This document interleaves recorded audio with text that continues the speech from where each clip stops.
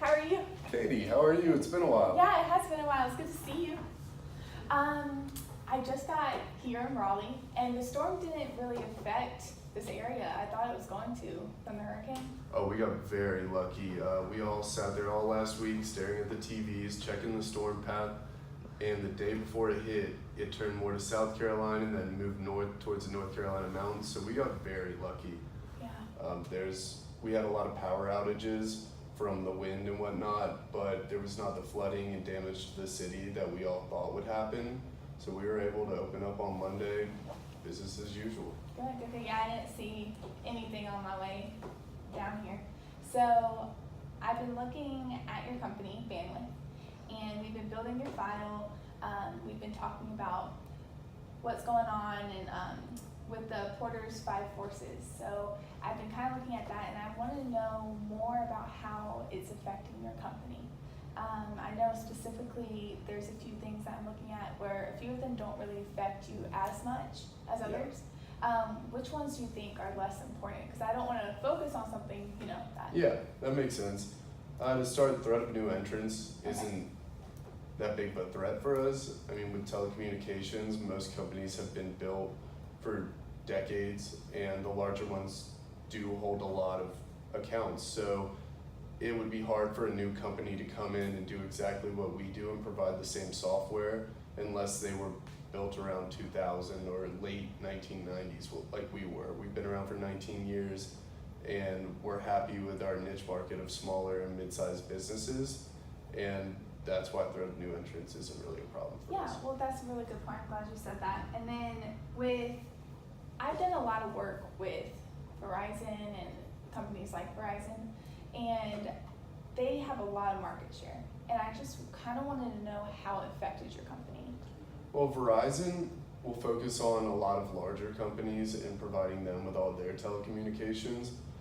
And we're focused on smaller companies, and they have a lot of buyer power they could go to these big companies and they could pay outrageous prices and then get the full scale, and they will have their own phones and they will have everything interconnected, while we can provide apps that have voice communications, messaging, abilities for conference calls, and we make sure that we have the best prices for their range so smaller companies can get off and expand, and we make sure that we have good response times, and that really differentiates us from the bigger companies where you'll see videos of people calling Verizon and they'll never get a response, or it'll take 2 days.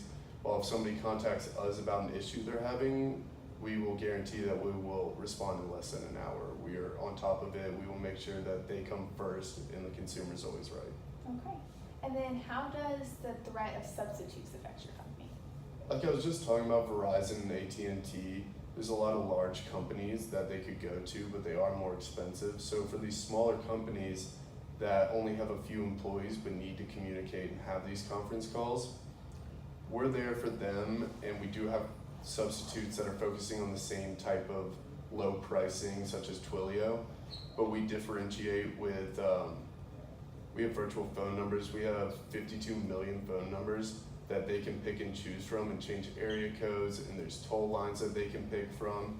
They're able to customize what numbers they're using if they're having to call different areas.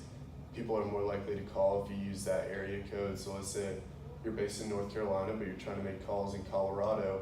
If you change your number to a Colorado number, you're more likely to get a response from the people you are trying to reach. Okay, well, that's a really good example. Would you have any more kind of just to explain a little bit more for me? Yeah, so we have this small account in Matthews, and we picked them up 2 years ago when they were a fresh company. We've worked with them for 2 years, helped them expand, helped them grow, worked with them, and we've seen all their progress. But they have grown to the point where they have a lot of employees, and they now need to have a big provider such as Verizon to have company phones and all this other stuff where it's not just Wi-Fi based.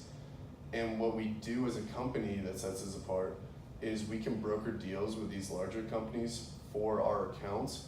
So we will help them contact these companies. We will get all the new hardware and software that they need, and then we will go install it at their place of business that we already know.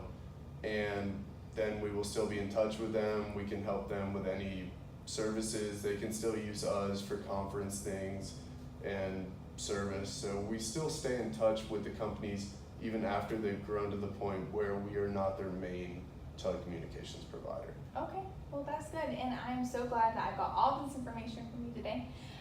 There are a few things that we can discuss over lunch if you want to, and we can go and do that real quick. Yeah, sounds Okay, great. sounds good. Let's go.